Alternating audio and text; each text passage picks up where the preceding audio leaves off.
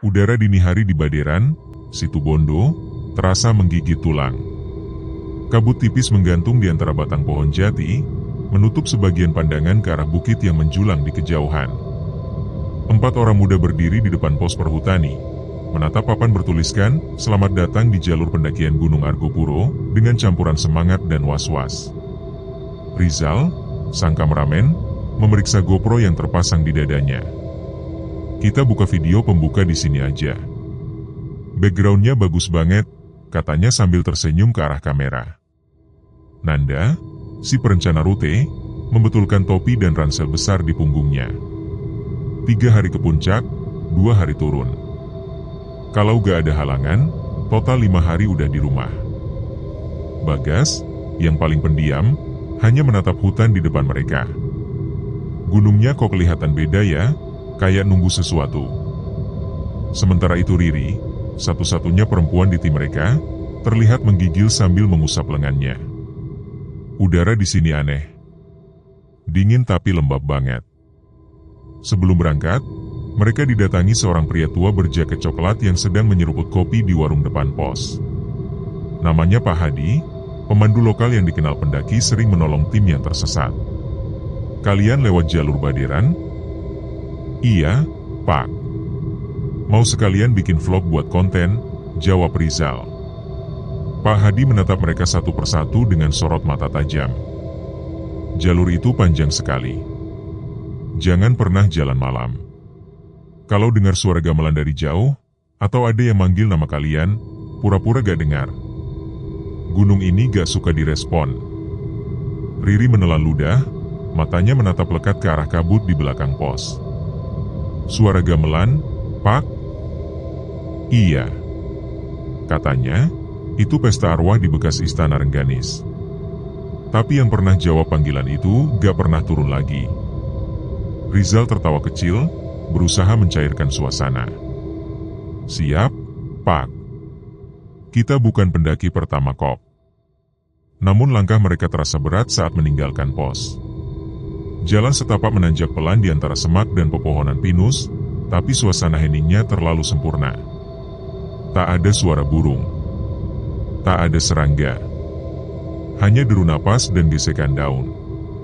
Menjelang siang, mereka tiba di pos 1 mata air 1, lalu lanjut ke mata air 2 untuk mendirikan tenda pertama. Langit mulai kelabu, dan kabut turun cepat seperti tirai tebal. Rizal menyalakan kamera, merekam kegiatan memasak mie instan sambil bercanda. Tapi di tengah tawa, mikrofon kameranya merekam sesuatu yang aneh. Bisikan lirih dari arah hutan, seperti suara perempuan berdesah panjang. "Pulang?" Bagas yang sedang menyalakan api unggun tiba-tiba menoleh cepat. "Tadi kalian dengar suara?" Nanda menatap kosong ke arah pepohonan. "Kayak ada yang nyebut, pulang, deh." Rizal menekan tombol stop pada kameranya. "Mungkin cuma suara angin." Malam menjelang cepat. Suara hutan berubah. Tak ada jangkrik. Hanya desir daun seperti bisikan rahasia. Mereka masuk ke tenda, menutup resleting rapat. Tapi sekitar pukul 11, Riri terbangun karena mendengar langkah kaki di luar tenda. Pelan, berat, dan berputar mengelilingi tempat mereka tidur. Ia menahan napas, lalu dengan tangan gemetar membuka sedikit resleting tenda dan menyorotkan senter keluar. Kosong. Hanya kabut dan pepohonan gelap. Tapi ketika ia menarik kembali kepala ke dalam tenda, terdengar napas kasar tepat di dekat telinganya, dari luar kain tipis tenda. "Jangan rekam aku." Riri menjerit pelan, membuat semua terbangun. Rizal keluar dengan senter, menyapu sekeliling. Tak ada siapapun.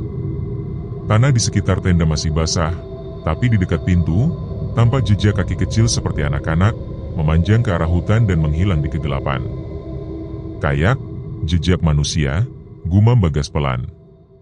"Tapi di sini gak ada desa," balas Nanda dengan suara serak. Riri menutup mulutnya dengan kedua tangan, tubuhnya gemetar hebat. "Aku dengar dia ngomong. Di luar tenda, dia bilang jangan rekam dia." Rizal menatap kamera GoPro di samping ransel yang masih menyala, lampu indikatornya berkedip pelan, merekam semuanya sejak tadi.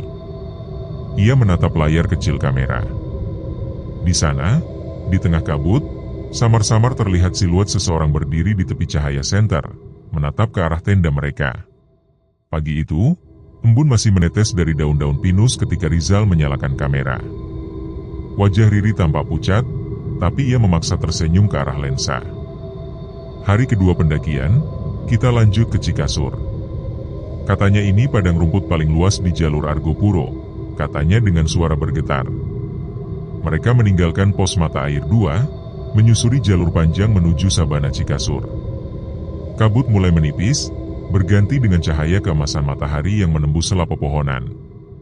Suasana sempat terasa normal, tapi tak satu pun dari mereka banyak bicara.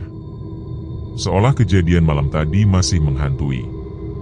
Perjalanan ke Cikasur memakan waktu berjam-jam. Jalur menanjak curam, lalu perlahan terbuka menjadi hamparan padang luas di atas bukit. Rumput tinggi bergoyang ditiup angin, sementara awan menggantung rendah di langit. Gila, indah banget, kata Nanda kagum. Kayak dunia lain, gumam Riri pelan. Namun Bagas hanya menatap jauh ke arah tengah sabana. Kenapa di tengah sana ada pondok tua, ya?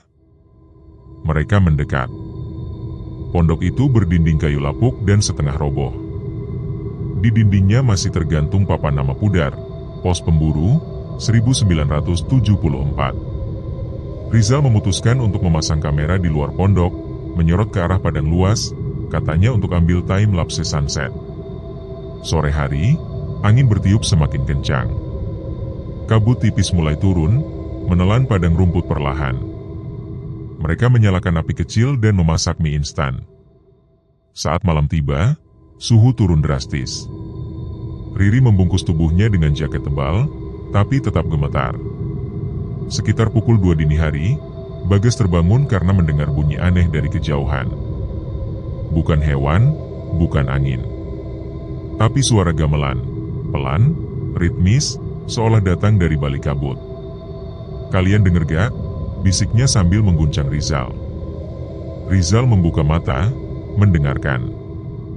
Di antara desir angin, memang terdengar samar, tabuhan kendang, saron, dan suara sinden yang mendayu. Kayak ada pesta, ucap Riri lirih. Ini jam 2 pagi, RI. Gak mungkin ada orang, sahut Nanda. Suara itu semakin jelas, seolah bergerak mendekat. Nada-nadanya berubah pelan menjadi sumbang, lalu tawa perempuan menyusul, lembut, panjang, menggema di tengah sabana. Hahaha, datang lagi kalian. Api unggun bergetar tertiup angin. Tenda mereka bergoyang. Riri menutup telinga, tapi suara itu menembus dari segala arah, seolah berasal dari dalam kepala mereka sendiri. Tiba-tiba semua berhenti. Hening. Hanya desau angin. Tapi kemudian dari pondok tua itu, terdengar bunyi langkah pelan di lantai kayu, seperti seseorang berjalan di dalamnya. Rizal menatap ke arah pondok. Pintu kayunya terbuka sedikit, berderit panjang. Di sela-sela pintu, tampak bayangan seseorang berdiri diam, tidak bergerak. Siapa di sana? Teriak Rizal. Tidak ada jawaban. Hanya gema langkah lagi, semakin dekat ke pintu, lalu berhenti total. Mereka menyalakan senter dan berlari ke arah pondok, tapi di dalamnya kosong. Hanya udara dingin dan bau kayu lapuk.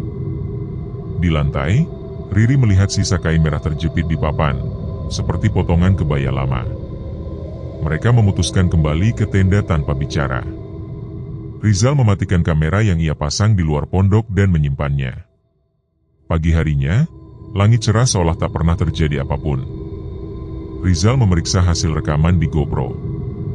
Semua tampak normal sampai jam 2 dini hari.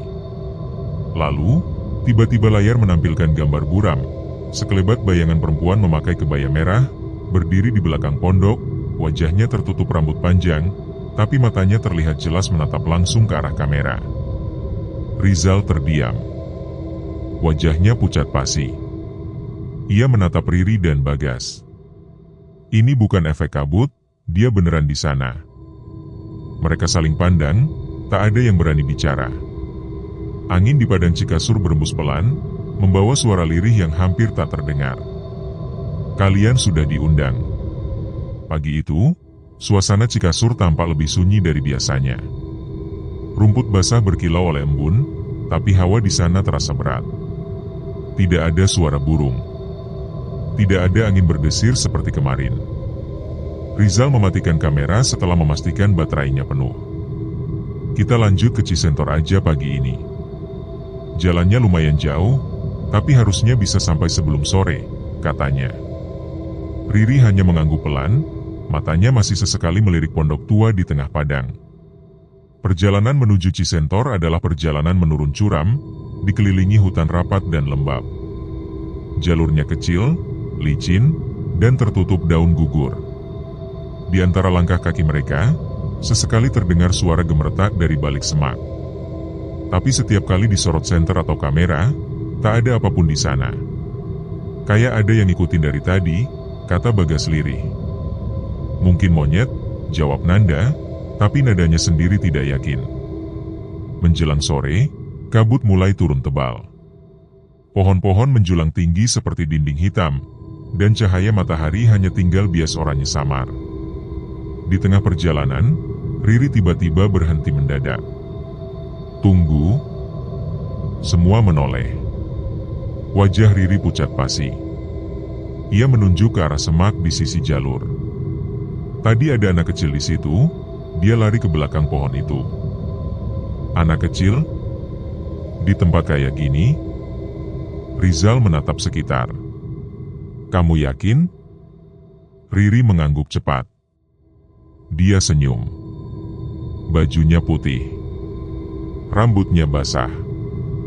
Mereka mendekat ke arah yang ditunjuk, tapi hanya menemukan batang pohon besar berlumut dan tanah lembab. Tak ada jejak kaki. Hening menelan suara mereka. Angin berhenti bertiup. Hutan terasa menatap balik. Bagas menunduk, melihat sesuatu di tanah, bekas tapak kaki kecil, tapi hanya satu, mengarah ke tengah jalur lalu berhenti seolah pemiliknya lenyap begitu saja. Kita lanjut. Jangan berhenti lama-lama, ucap Nanda cepat. Menjelang malam, mereka tiba di Cisentor, area datar di tepi aliran air jernih. Tempat itu sunyi, tapi terasa sedikit lebih lega setelah seharian menembus hutan. Mereka mendirikan tenda di dekat sungai kecil, makan malam seadanya, lalu mencoba beristirahat. Sekitar pukul 10 malam, Riri mendengar suara air dari arah sungai. Seperti seseorang sedang mandi. Ada suara cipratan, tawa kecil, dan percikan air yang ritmis. Ia pikir itu Bagas, tapi ketika melongo keluar tenda, Bagas masih di dalam, tertidur di sleeping bag. Suara itu semakin jelas, tawa perempuan lembut, diselingi suara air menetes. Riri hendak menyalakan senter, tapi tangan Rizal menahan lengannya. Jangan keluar. Biarin aja. Tapi, Rizal, dia ketawa, kayak manggil aku. Dengerin aku. Jangan keluar malam-malam di sini. Mereka semua terdiam, hanya menatap satu sama lain di dalam tenda yang gelap. Suara itu terdengar makin dekat, seolah tepat di tepi tenda. Lalu tiba-tiba, ada cipratan air keras sekali, seperti seseorang melompat ke sungai. Hening. Tak lama kemudian, dari arah luar, terdengar bisikan lirih. Dingin, ya, airnya. Riri menutup mulutnya agar tidak berteriak. Air matanya mengalir. Senter mereka padam tiba-tiba, seolah baterainya dihisap habis. Hanya detak jantung yang terdengar di antara mereka. Malam itu panjang sekali. Tidak ada yang tidur. Keesokan paginya, sungai itu tampak tenang dan jernih. Namun di tepi bebatuan, Rizal menemukan sesuatu. Bekas jejak kaki perempuan, kecil, halus, dan hanya berakhir di tengah aliran air. Tidak ada jejak keluar. Tidak ada tanda kemana pemiliknya pergi. Dia jalan di air, tanya Nanda dengan suara gemetar. Rizal tak menjawab. Ia menatap kamera GoPro di tangannya, lalu menyalakannya. Tapi layar menampilkan pesan error, file corrupted. Ia mencoba membuka video semalam, namun hanya terdengar suara air menetes dan bisikan samar yang sulit dipahami. Setelah volume dinaikkan, terdengar jelas sepatah kalimat. "Kamu udah lihat aku, kan?" Riri langsung menutup telinganya dan berbalik, berjalan cepat menjauh dari sungai. "Aku mau turun sekarang, Jal, aku gak mau lanjut." Rizal mengejarnya, memegang pundaknya. "Tenang, Ri. Kita cuma perlu lewat Rengganis, habis itu langsung turun Bremi. 3 hari lagi aja." "Oke." Ia menatap wajah Riri yang pucat dan bibirnya bergetar. 3 hari lagi, tapi kayaknya dia gak mau kita pergi." Angin tiba-tiba bertiup kencang, mengguncang pepohonan di atas mereka. Dari arah sungai, terdengar suara perempuan tertawa pelan, lalu lenyap di telan kabut. Kabut pagi menggantung tebal di jalur keluar Cisentor. Hutan di sekitar mereka basah oleh embun, dan tanah yang licin membuat langkah kaki terasa berat. Tak ada satupun dari mereka yang bicara sejak kejadian malam sebelumnya. Suara perempuan dari sungai masih terngiang di kepala Riri, dan setiap desir angin membuatnya menoleh panik. "Kita cuma butuh 2 hari lagi buat turun lewat Bremi," ujar Nanda, berusaha terdengar tenang. "Asal gak kejadian aneh lagi," gumam Bagas tanpa menatap siapapun. Rizal menatap GPS di tangannya, memastikan arah menuju Rengganis benar. Tapi anehnya, sinyal kompas digital terus berputar tanpa arah. "Kayak magnetnya error," katanya pelan. Mereka terus berjalan, menembus hutan yang semakin rimbun. Akar-akar pohon menjulur seperti urat, dan sesekali mereka harus memanjat batang tumbang yang menghalangi jalan. Di beberapa titik, tanah tampak berubah warna, dari coklat lembab menjadi kemerahan seperti darah yang mengering. "Tanahnya kok merah gini ya?" tanya Riri. "Mungkin bekas tanah belerang," jawab Rizal cepat, meski ia sendiri tahu bau itu bukan belerang. Ada aroma lain, amis, besi, dan busuk samar. Menjelang siang, mereka sampai di area terbuka, dengan pohon-pohon jarang dan semak rendah. Di tengah kabut, Nanda melihat sesuatu menonjol dari tanah. Ia mendekat, lalu memanggil yang lain. "Guys, sini deh. Ini kayak batu nisan." Mereka berkumpul. Benar, sebuah batu setinggi lutut, berlumut hijau. Tulisan di permukaannya samar tapi masih terbaca. Hendrik van Toorn 1945. Di sekitarnya ada beberapa batu serupa, sebagian sudah roboh. Ada juga peluru karat dan potongan logam seperti bekas senjata tua. "Ini kuburan tentara Belanda," ucap Rizal pelan. "Di tengah gunung kayak gini?" tanya Riri tak percaya. "Katanya dulu sini pos perang terakhir sebelum mereka mundur ke Probolinggo," jawab Nanda. "Mungkin pasukan mereka dibantai di sini." Angin tiba-tiba bertiup kencang, membuat daun-daun berputar. Dari balik kabut, terdengar langkah berat, bukan hewan, tapi banyak, teratur, seperti pasukan berbaris. Dum, dum, dum. Mereka saling pandang, tubuh kaku. Rizal menyalakan kamera dan menyorot ke arah kabut. Di antara kepulan putih itu, tampak bayangan hitam berbaris rapi, berseragam tentara zaman kolonial, wajah mereka datar, kosong.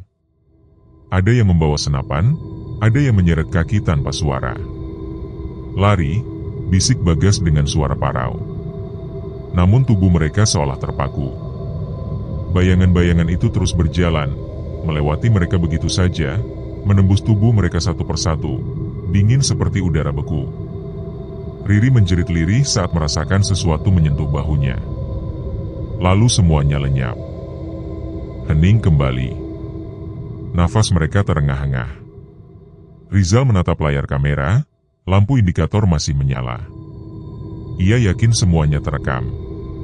Tapi saat memeriksa file video, layar hanya menampilkan gambar hitam dengan suara aneh, dengungan rendah, lalu bisikan dalam bahasa asing.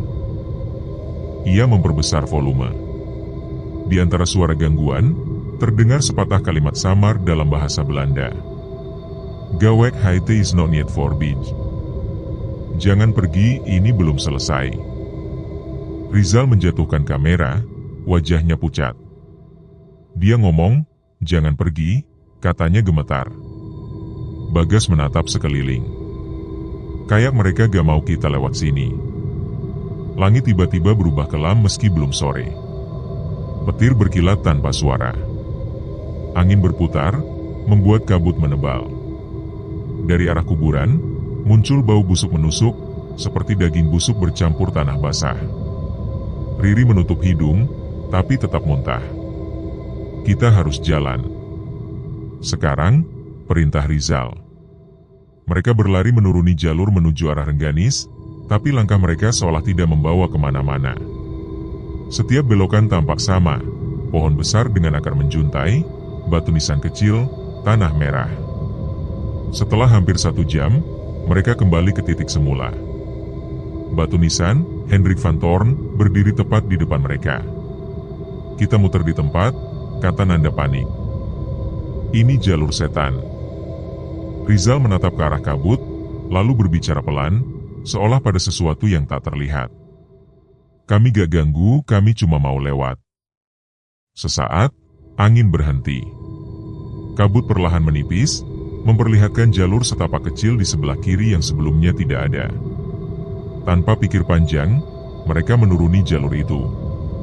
Setelah beberapa ratus meter, tanah berubah, lebih panas, berasap tipis, beraroma belerang. Dari kejauhan, terdengar suara gemuruh air mendidih. Itu Rengganis, kata Bagas pelan. Riri menatap ke depan dengan wajah cemas. Tapi kenapa jalannya muncul setelah kita ngomong begitu? Rizal tak menjawab. Ia hanya menatap kamera di tangannya yang kini hidup sendiri, menampilkan layar hitam dan satu kalimat putih di pojok bawah. Selamat datang di wilayahku. Langkah mereka berhenti di tepi jurang kecil. Dari bawah, terdengar suara gemuruh air panas dan aroma tajam belerang yang menusuk hidung. Kabut menutupi hampir seluruh pandangan, tapi samar-samar terlihat asap putih mengepul dari antara bebatuan. Mereka tiba di kawah Rengganis. Ini dia, kata Nanda pelan. Orang bilang tempat ini peninggalan Ratu Rengganis, penguasa Argopuro. Dan katanya, dia masih suka muncul di malam hari, tambah Bagas dengan suara lirih. Mereka mendirikan tenda di sisi dataran agak jauh dari kawah, di dekat aliran air panas kecil. Suasana di sana terasa berbeda dari semua tempat yang pernah mereka lewati. Udara hangat, tapi setiap hembusan angin membuat kulit merinding. Rizal menatap kamera di tangannya, baterai sudah hampir habis, tapi entah kenapa lampu indikatornya masih berkedip, padahal belum ia hidupkan. Kameranya kayak nyala sendiri, gumamnya. Riri menatapnya cemas. Jal, kayaknya kita harus berhenti ngerekam. Mungkin itu yang bikin mereka marah.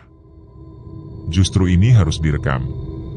Kalau kita gak bawa bukti, gak ada yang bakal percaya, jawab Rizal cepat, meski nadanya terdengar ragu. Sore itu langit tampak aneh. Matahari hanya muncul sebentar di antara kabut kuning keabu-abuan. Riri duduk di dekat aliran air panas, memandangi permukaannya yang beruap. Saat itulah ia melihat sesuatu di sisi seberang, sosok perempuan sedang mandi. Kulitnya pucat, rambutnya panjang terurai sampai ke pinggang. Ia memakai kebaya putih yang basah menempel di tubuhnya, dan meski jarak cukup jauh, Riri bisa melihat senyumnya. Senyum yang terlalu dingin. Jal, suaranya nyaris tak keluar. Ada apa? Ada perempuan di sana. Mereka semua menatap ke arah yang ditunjuk. Tapi sosok itu sudah tak ada. Hanya air yang bergolak pelan, dan suara gemuruh kawah di kejauhan. Mungkin penglihatanmu aja, Ri, ucap Bagas menenangkan. Namun Riri tidak membalas.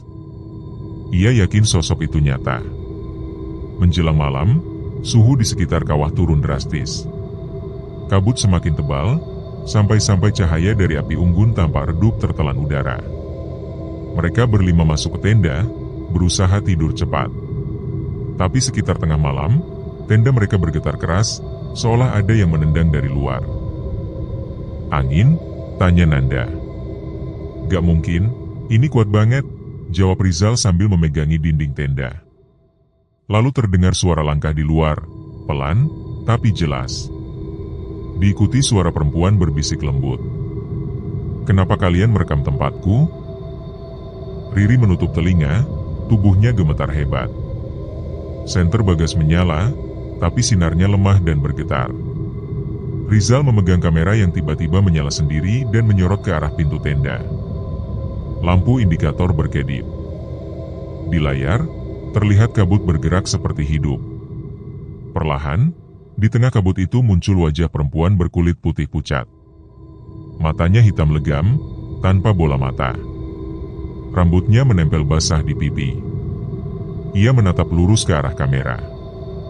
Matikan kameranya, teriak Nanda. Tapi Rizal tak bisa bergerak. Jarinya kaku, matanya terpaku pada layar. Suara perempuan itu terdengar lagi, lebih jelas kali ini.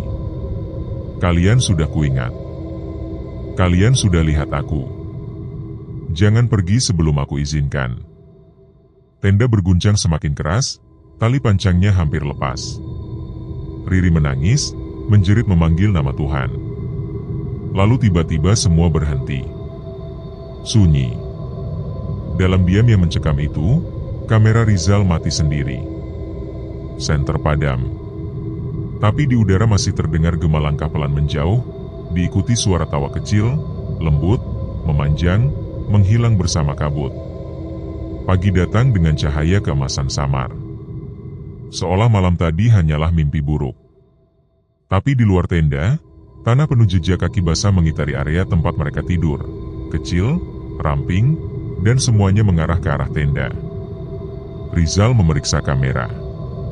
Di dalamnya, hanya satu file tersisa, video 18 detik, menampilkan wajah perempuan berambut panjang menatap lensa dan berkata pelan. Rengganis, masih di sini. Rizal menutup kamera dengan tangan gemetar. Bagas menatap ke arah kawah yang mengepul, lalu berbisik. Kita harus turun. Sekarang. Mereka mengemasi barang dengan cepat, tapi sebelum pergi, Riri menoleh sekali lagi ke arah aliran air panas di bawah sana. Di antara kepulan uap, sosok perempuan berkerudung putih tampak berdiri diam, memandangi mereka dari jauh. Ia tak bergerak, tapi uap di sekitarnya berputar perlahan, seolah menahan mereka untuk tidak pergi. Kabut tebal menelan jalur setapak saat mereka mulai turun dari Rengganis. Udara di sekitar berbau belerang dan tanah basah. Langkah kaki mereka berat, bukan hanya karena lelah, tapi juga karena rasa takut yang menempel sejak malam tadi. Turun lewat jalur taman hidup, kan? Tanya Bagas memastikan. Iya, dari sini nanti belok kiri, lewat hutan cemara, jawab Rizal sambil menatap GPS di ponselnya. Namun sinyal hilang total. Kompas digital berputar acak. Riri berjalan paling belakang, terus menatap ke belakang seolah ada yang mengikuti. Di antara kabut, suara samar terdengar. Riri, tunggu aku. Riri berhenti. Itu suara Dinda, jelas, lembut, dan dekat. Dinda, panggilnya. Bagas menoleh cepat. Jangan dipanggil balik, katanya dengan nada tegas. Riri menutup mulutnya. Tapi dari arah belakang, suara langkah berlari makin dekat, lalu berhenti tepat di belakangnya. Ketika ia menoleh, tak ada siapapun. Hutan di jalur itu terasa tak berujung. Pohon-pohon tinggi menjulang seperti tembok gelap, dan setiap langkah terdengar bergema aneh. Seharusnya dari Rengganis ke Taman Hidup hanya butuh 4 jam, tapi mereka sudah berjalan hampir 8 jam, dan tetap belum sampai dimanapun. Ini jalurnya muter, gumam Nanda dengan wajah pucat. Gak mungkin. Aku yakin tadi lewat sini, sahut Rizal. Tapi matanya juga mulai ragu. Di salah satu belokan, mereka menemukan tanda panah merah di batang pohon, tanda pendaki sebelumnya. Tapi anehnya, setelah 30 menit berjalan lurus, mereka menemukan tanda yang sama lagi, persis. Bahkan goresan catnya serupa, seperti mereka kembali ke titik awal. Kita kejebak di lintasan setan, kata Bagas lirih. Rizal menatap sekitar. Kita istirahat dulu. Jangan panik. Mereka duduk melingkar di tanah lembab. Riri menggigil, memegangi kamera kecil yang ia bawa. Tanpa sadar, ia menekan tombol rekam. Beberapa menit berlalu dalam diam. Lalu dari balik kabut terdengar suara ranting patah. Ada orang, seru Nanda. Sebuah bayangan muncul perlahan, sosok perempuan berambut panjang berdiri di antara pepohonan. Punggungnya menghadap mereka. Pakaian putihnya kotor oleh lumpur. "Mbak!" Kita nyasar, "Mbak!" teriak Rizal. Perempuan itu tak menoleh. Hanya berdiri diam, lalu mulai berjalan menjauh ke dalam kabut. Kita ikutin aja. Mungkin dia tahu jalan, kata Riri cepat. Bagas menahan tangannya. Jangan. Gak semua yang ada di gunung ini manusia. Tapi Riri tetap berdiri dan mengikuti langkah perempuan itu. Ia terus berjalan menembus kabut, sampai akhirnya bayangan itu berhenti di depan sebuah batu besar. Di sana, perempuan itu berbalik. Wajahnya tidak punya mata. Kulitnya pucat membiru, bibirnya sobek sampai ke pipi, dan dari dalam rongganya terdengar suara berat seperti hembusan napas ribuan orang. "Kenapa kalian merekam tempatku?" Riri menjerit. Rizal berlari menariknya mundur, sementara Bagas menyalakan senter. Begitu cahaya menyorot wajah makhluk itu, kabut di sekeliling mereka langsung berputar kencang, dan seluruh hutan mengeluarkan suara gamelan samar, bunyi yang pernah mereka dengar di Cikasur. Ketika kabut mereda, mereka menemukan diri mereka sudah berada di tempat berbeda. Jalur tanah terbuka, penuh lumut, dengan sisa bekas api unggun lama. "Ini pos mata air Taman Hidup," gumam Nanda heran. "Tadi, gimana bisa nyampe ke sini?" Riri masih menangis. "Aku gak tahu, aku cuma ingat matanya gak ada." Rizal menatap ponsel. Waktu menunjukkan jam 3.47 pagi. Mereka kehilangan hampir 6 jam waktu, tanpa tahu apa yang terjadi. Kamera yang tadi dipegang Riri masih merekam. Tapi saat diputar, hanya muncul suara samar, seperti bisikan banyak orang, berlapis-lapis. "Turunlah, sebelum kami ikut kalian." Menjelang subuh, mereka akhirnya melihat cahaya samar di kejauhan, pantulan danau Taman Hidup. Tenang, hitam, memantulkan langit yang mulai biru. Mereka tertawa lega meski suara mereka serak dan tubuh lelah luar biasa. Namun di antara kabut tepi danau, di balik pohon pinus, terdapat siluet perempuan berkerudung putih yang hanya berdiri diam menatap mereka. Air danau beriak tanpa angin, dan di permukaannya muncul pantulan wajah lain. Wajah perempuan itu tersenyum samar, seperti menunggu mereka mendekat. Langit sore di Taman Hidup tampak kelabu dan berat. Kabut menggantung di permukaan danau, membuat airnya tampak seperti cermin buram. Hutan di sekitarnya sunyi total, tak ada suara burung, tak ada serangga. Hanya diam yang terlalu panjang. Rizal, Bagas, Nanda, dan Riri menurunkan tas mereka dengan lega bercampur cemas. Setelah hampir 2 hari tanpa arah, mereka akhirnya tiba di tempat yang seharusnya jadi lokasi terakhir sebelum turun. "Kita nginep semalam aja. Besok pagi langsung turun ke Bremi," ujar Rizal. "Setuju," kata Nanda cepat. "Asal jangan lama-lama di sini. Tempat ini aneh banget." Mereka mendirikan tenda agak jauh dari tepi danau, di dekat rumpun pinus. Udara begitu dingin hingga napas terlihat seperti asap. Saat matahari tenggelam, kabut mulai naik, menyelimuti sekeliling. Riri duduk diam memandangi air. Ia berkata pelan, "Kamu tahu gak, Jal? Orang sini percaya kalau danau ini tempat bersemayamnya para penunggu gunung." Rizal menoleh, setengah tersenyum menenangkan. "Cukup sudah cerita mistisnya, Ri. Kita udah cukup diganggu." Tapi Riri tak menjawab. Matanya terpaku pada permukaan air yang tiba-tiba beriak, meski tak ada angin sama sekali. Malam itu udara lebih dingin dari biasanya. Api unggun yang mereka buat meredup, seolah tertelan kabut. Sekitar pukul setengah 12 malam, suara aneh mulai terdengar dari arah danau. Pelan, seperti langkah kaki berjalan di air. "Kalian dengar gak?" bisik Nanda. Semua terdiam. Langkah itu makin jelas, mendekat ke tepi. Lalu, suara tawa kecil menyusul. Tawa perempuan, lembut dan serak, menggema di permukaan air. Riri menahan napas. Perlahan ia melihat bayangan perempuan di tengah danau, berjalan di atas air. Rambutnya panjang menutupi wajah, kebaya putihnya menjuntai sampai ke air. Ia terus melangkah, dan berhenti tepat di depan tenda mereka. "Jangan lihat," bisik Bagas lirih, menundukkan kepala. Tapi Rizal sudah lebih dulu mengangkat kamera. Lensa fokus ke sosok itu. Dan ketika cahaya senter menyorot wajahnya, matanya kosong, hitam pekat, tapi dari matanya mengalir darah. Seketika, tenda bergetar keras, angin bertiup kencang dari segala arah. Api unggun padam total. Mereka berempat berpegangan erat di dalam tenda, jantung berdegup liar. "Kenapa kalian masih di sini?" Suara itu menggema, datang dari segala arah. Riri menutup telinga, tapi bisikan itu masuk langsung ke dalam pikirannya. "Kalian sudah lihat yang tak boleh dilihat." Rizal mencoba membaca doa. Suaranya gemetar. Tapi di tengah bacaan, terdengar suara tangisan anak kecil di luar tenda. "Mama dingin." Tangisan itu disusul suara langkah kecil berlari di sekitar tenda, mengitari mereka berulang kali. "Jal, tolong matiin kameranya," teriak Riri.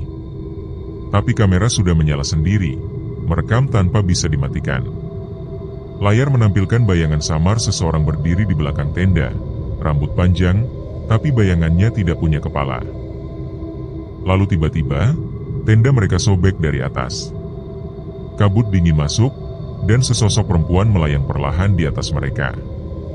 Wajahnya datar, kulitnya keabu-abuan seperti mayat yang lama tenggelam. Dari mulutnya keluar suara berbisik. "Aku menunggumu di bawah air." Tiba-tiba Bagas berteriak dan menyemburkan garam dapur ke arah sosok itu, satu-satunya hal yang mereka bawa. Suara melengking tajam terdengar, seperti logam bergesekan. Cahaya senter meledak, dan semuanya gelap. Ketika mereka sadar, kabut sudah menghilang. Api unggun menyala lagi meski tak ada yang menyalakannya. Tenda robek di bagian atas, tapi mereka semua masih hidup, pucat, gemetar, dan tak mampu bicara. Di luar, danau terlihat tenang. Tapi di permukaannya, tampak 5 bayangan berdiri di atas air, berjajar memandangi mereka. Salah satunya mengenakan kebaya merah, wajahnya sama dengan yang mereka lihat di Cikasur. Rizal berbisik pelan, "Itu, mereka yang sama." Bagas menarik napas gemetar. "Kita harus turun. Sekarang juga. Sebelum pagi." Mereka mulai berkemas dengan terburu-buru. Tapi ketika Riri menoleh ke arah danau sekali lagi, airnya beriak, membentuk kata-kata samar dari pantulan cahaya bulan. "Kalian tidak akan diizinkan pergi begitu saja." Kabut pagi di taman hidup terasa tebal seperti kain basah. Udara dingin menggigit tulang, dan aroma belerang samar masih tercium dari kejauhan. Rizal, Bagas, Nanda, dan Riri berjalan cepat menuruni jalur tanah yang licin, meninggalkan danau yang kini sunyi seperti tak pernah ada apapun. Tidak ada yang bicara. Mereka hanya menunduk, menahan napas, dan berusaha tidak menoleh ke belakang. Setiap kali angin berembus, terdengar suara halus seperti seseorang memanggil nama mereka. Kadang suara Dinda, kadang tawa perempuan yang pernah mereka dengar di Rengganis. "Terus jalan, jangan berhenti," ucap Bagas tegas. "Aku ngerasa kayak dia ngikutin kita," bisik Riri. "Biarin. Jangan diladenin." Langkah mereka makin cepat, tapi kabut seolah ikut bergerak mengikuti. Hutan di sekitar jalur Bremi terasa terlalu hening. Tak ada serangga, tak ada angin di antara dedaunan, hanya keheningan yang berat dan menekan dada. Sekitar 2 jam perjalanan, mereka sampai di sebuah area terbuka, padang kecil dengan satu pohon besar di tengahnya. Batangnya dipenuhi sesajen kering dan kain putih yang kusut. Rizal berhenti sejenak, menatap sekeliling. Ini bukan jalur utama. Kita nyasar lagi. Nanda memeriksa peta di ponsel. Harusnya gak lewat sini. Tiba-tiba Riri menunjuk sesuatu di bawah pohon. Kamera GoPro milik Rizal yang ia yakin sudah ditinggalkan di Cikasur.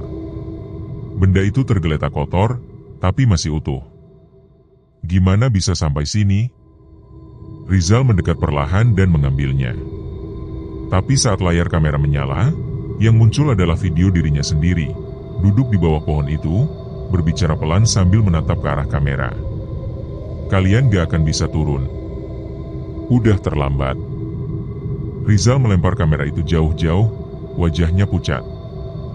Bagas langsung mengajak mereka pergi. Lari. Jangan nengok ke belakang. Mereka berlari menuruni jalur sempit yang semakin curam. Nafas mereka terengah-engah, tubuh lelah, tapi rasa takut lebih kuat dari segalanya. Di belakang, suara langkah-langkah banyak orang mulai terdengar, cepat, teratur, dan serempak, seperti sepasukan prajurit berbaris di antara pepohonan. Kabut di belakang mereka menggulung seperti badai. Di dalamnya terlihat bayangan-bayangan hitam berjalan beriringan, membawa obor samar, seperti arak-arakan yang tak berujung. Jal, cepat. Aku gak bisa, Aarg. Rizal terpeleset, hampir jatuh ke jurang kecil, tapi Bagas menariknya kuat-kuat. Mereka terus berlari tanpa menoleh lagi, sampai akhirnya sinar matahari menembus kabut tipis di depan. Tanda-tanda jalur Bremi mulai terlihat, papan kayu pudar bertuliskan, "Selamat datang di jalur pendakian Gunung Argopuro via Bremi." Begitu keluar dari hutan, semua suara hilang. Tak ada langkah, tak ada tawa, tak ada bisikan. Hanya angin pagi dan suara burung pertama yang terdengar sejak 2 hari terakhir. Riri terjatuh berlutut, menangis keras, sementara Nanda menatap ke arah jalur hutan dengan wajah kosong. Kita selamat, gumamnya lirih. Tapi kenapa rasanya belum selesai? Beberapa jam kemudian, mereka tiba di base camp Bremi. Petugas pos mendengarkan cerita mereka dengan ekspresi kaku. Kalian bilang semalam bermalam di Taman Hidup? Tanya petugas. Iya, kenapa? Petugas itu diam lama sebelum menjawab. 3 hari lalu, ada pendaki lain yang dilaporkan hilang di situ. Tim SAR udah nemuin tenda mereka, tapi kosong. Gak ada satupun orangnya. Mereka saling pandang. Bagas menatap Rizal yang masih memegang kamera, tangan gemetar. Jangan diputar lagi, Jal. Biarin aja. Rizal mengangguk pelan. Tapi malamnya, di penginapan kecil di Bremi, rasa penasaran mengalahkan rasa takut. Ia membuka kamera itu. Ada satu video baru yang tak pernah ia rekam. Durasinya pukul 00.13 detik. Menampilkan 4 orang, mereka berempat, sedang berjalan di jalur hutan berkabut, terekam dari kejauhan. Di belakang mereka, satu sosok perempuan berkebaya merah mengikuti perlahan, dan tersenyum ke arah kamera. Lalu layar gelap. Dan terdengar suara lembut yang sama. Kalian belum pamit padaku. Keesokan harinya, saat mereka bersiap kembali ke Surabaya, kamera itu hilang dari meja penginapan. Tidak ada yang tahu kemana perginya. Namun di luar jendela kamar, di jalan yang mengarah ke arah hutan Bremi, Riri sempat melihat bayangan perempuan berkerudung putih berjalan perlahan menembus kabut. Ia menutup tirai, menunduk, dan berbisik. Rengganis, kami sudah turun. Tolong biarkan kami pergi.